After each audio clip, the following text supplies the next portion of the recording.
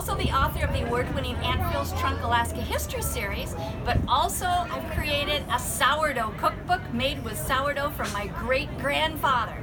My great-granddad, Robert Burns Matheson, was one of the first miners in Hope, Alaska in 1896. That's 380 ounces of gold in those 3 bags on the table. He ended up losing his gold, but he kept his sourdough going. I've learned how to dry it, so you have a dried packet in the back of each cookbook.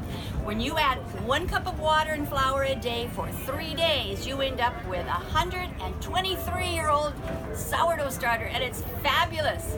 You can continue this throughout your life and your children's lives. You can pass it on.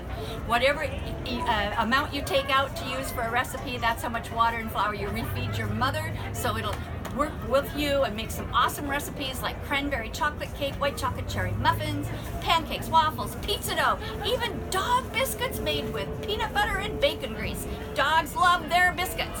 So if you want to know more about this, please contact me through my website, auntphilstrunk.com. You'll also find my email and my phone number at my website. Thanks.